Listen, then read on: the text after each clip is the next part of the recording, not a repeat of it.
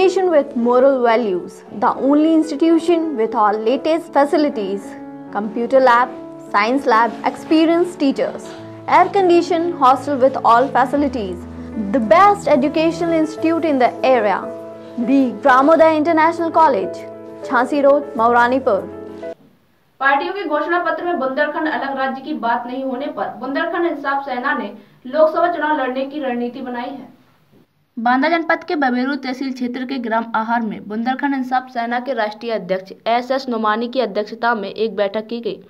जिसमें निर्णय लिया गया कि अगर बुंदेलखंड के लोकसभा के प्रत्याशी या किसी भी पार्टी के राष्ट्रीय अध्यक्ष ने अपनी घोषणा पत्र पर राज्य के मुद्दे को नहीं दर्शाया तो बुंदेलखंड इंसाफ सेना बांदा चित्रकूट व हमीरपुर महोबा से अपनी प्रत्याशी चुनाव मैदान में उतारेगी। उन्होंने बताया कि पिछली बार 2014 के चुनाव पर भारतीय जनता पार्टी की उमा भारती ने कहा था कि अगर भाजपा सरकार बनी तो बुंदेलखंड को राज्य 3 साल के अंदर बना दिया जाएगा, लेकिन उनकी सरकार बनने के बाद भी बुंदेलखंड को राज्य नहीं बनाया गया।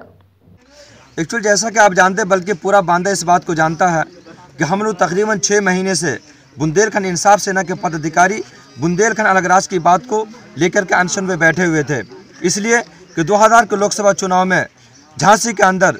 भाजपा की कद्दावर नेत्री उमा भारती जी ने डंकी की चोट पे बुंदेलखंड के बाशिंदों से यह ऐलान करके कहा था कि अगर हमारी सरकार केंद्र में आती है तो हम 3 साल के भीतर बुंदेलखंड को अलग राज्य बना देंगे।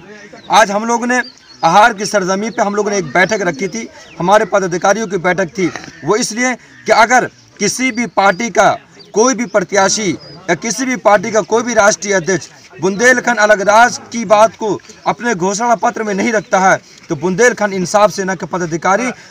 बांदा चित्रकूट लोकसभा चुनाव से चुनाव लड़ने के लिए बाध्य होंगे। इसी को लेकर के आज हम लोग की एक अहम बैठक इसी आहार की सरजमी पे हुई है और इस आवाज़ को हम लोग बुलंद करते रहेंगे। और अगर किसी भी पार्टी का राष्ट्रीय अध्यक्ष अगर बुंदेलखंड अलग राज्य की बात को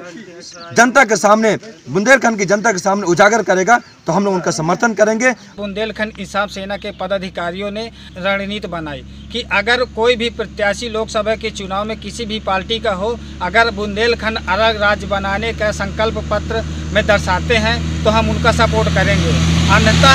बुंदेलखंड इंसाफ सेना के पदाधिकारी स्वयं चुनाव मैदान में लड़ने की बात की है। न्यूज़ वीके के लिए बबेरू से जितेंद्र श्रीवास।